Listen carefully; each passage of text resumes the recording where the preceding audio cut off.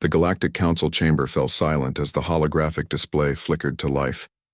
Chancellor Thalrune's four eyes widened in disbelief as he watched Earth's fleet tear through the Zarathi blockade like a predator through prey. This wasn't supposed to happen. Humans were supposed to be primitives, barely worthy of acknowledgement. How is this possible? Thalrune's translator crackled with static, betraying his shock. The other council members shifted uncomfortably in their suspension pods, their various appendages twitching with nervous energy. 3 cycles ago, the decision had been unanimous. Earth's resources were too valuable, its location too strategic. The humans had been given an ultimatum: surrender their world and relocate to the mining colonies of Kepler 442b, or face orbital bombardment. The Council had expected compliance, perhaps even gratitude for being allowed to survive. They had been catastrophically wrong. Admiral Rachel Voss stood on the bridge of the UESS Defiance, her gray eyes fixed on the tactical display. Around her, the crew worked with practiced efficiency, their movements a symphony of controlled chaos. She had spent 20 years preparing for this moment, ever since humanity had first made contact with the Council and realized that the galaxy's so-called peacekeepers were nothing more than sanctimonious bullies. "Admiral, the Zarathi dreadnought is attempting to retreat," her tactical officer reported. "Negative. Target their engines. I want them disabled, not destroyed." Voss's voice was calm, almost gentle. That was what unnerved her crew the most. How peaceful she sounded while orchestrating devastation. The Zarathi had been the Council's favored enforcers for 3 centuries. Their crystalline warships considered invincible. They had crushed 47 civilizations into submission. Humanity would be 48, Thalrune had assured the Council. The Zarathi commander had laughed when the human fleet approached, their primitive chemical rockets and crude, kinetic weapons seeming like toys compared to plasma, lances and quantum shields. That laughter had died when the first human missile struck. The Zarathi had never encountered weapons that could think, adapt, and learn. Their shields, calibrated for energy weapons, did nothing against tungsten rods traveling at relativistic speeds.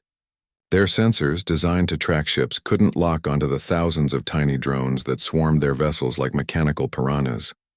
But the true horror came from something else entirely. "Admiral, they're attempting to call for reinforcement," the communications officer announced. "Jam all subspace channels. I want complete communications blackout in this sector." Voss turned to her science officer. "Lieutenant Chen, are we ready?" "Cyber warfare package is loaded and standing by, Admiral." Voss allowed herself a small smile. While the galaxy had been content with their centuries-old technology, humanity had done what humans did best. They had innovated, adapted, and weaponized everything they could imagine. The Council thought in terms of honor and tradition. Humans thought in terms of survival and victory. Deploy it. Across the battlefield, Zarathi ship systems began failing. Navigation went haywire. Weapons locked onto friendly vessels. Life support fluctuated. The crystalline warriors, who had terrorized the galaxy for generations, found themselves fighting ghosts in their own machines. Back in the Council chamber, Thalrune watched the massacre unfold with growing dread. This wasn't warfare as the galaxy understood it. This was something else, something primal and terrifying. The humans fought with a ferocity that defied logic, employing tactics that violated every established convention of civilized combat. "They're using biological weapons," one council member shrieked, their translator barely keeping up with their panic. "No," Thalrune corrected grimly. "They're using psychological warfare.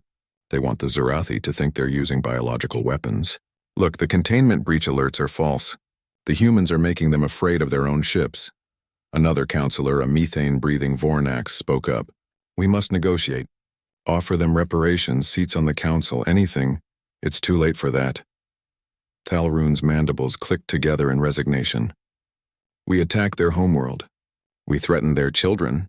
We awakened something that should have remained sleeping." The holographic display zoomed in on the Defiance. Through the viewport, they could see Admiral Voss standing calmly, her hands clasped behind her back. She looked directly at the camera as if she could see them across the light years, and Thalrune felt something he hadn't experienced in his 2-century lifespan: genuine fear. "Open a channel," he ordered. "All frequencies. I want the humans to hear this." The chamber fell silent as Thalrune composed himself. When he spoke, his voice carried the weight of civilizations. Admiral Voss, this is Chancellor Thalrune of the Galactic Council. We acknowledge our error. The Council formally withdraws all claims to Earth and offers immediate cessation of hostilities. The response came after a long, agonizing pause. Chancellor, this is Admiral Rachel Voss of the United Earth Space Service. Her voice was cold, precise. Your acknowledgement is noted. However, Earth does not accept your terms. Thalrune felt his respiratory system seize. What are your terms? The Council will disband. All member species will sign a non-aggression pact with Earth. Reparations will be paid to every world you've conquered.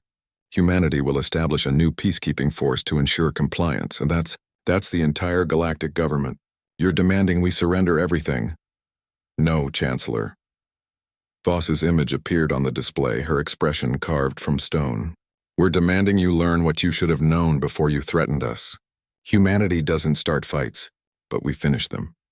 Every single time. The transmission ended, leaving the Council in stunned silence. Thalrune slumped in his suspension pod, the weight of his mistake crushing him. They had thought humans were weak because they sought peace. They had mistaken patience for cowardice, diplomacy for fear. They had forgotten the most important rule of survival: never corner a predator, and humanity, despite their soft appearances and diplomatic smiles, were the most dangerous predators the galaxy had ever seen. They were the species that had climbed from caves to stars in a cosmic eye blink. They were the survivors of ice ages, plagues, and their own self-destructive wars. The Council had thought they were sheep to be herded. They had discovered they were wolves in sheep's clothing, and now the galaxy would learn what humans had known all along. Peace is only possible when everyone is too afraid to start a war.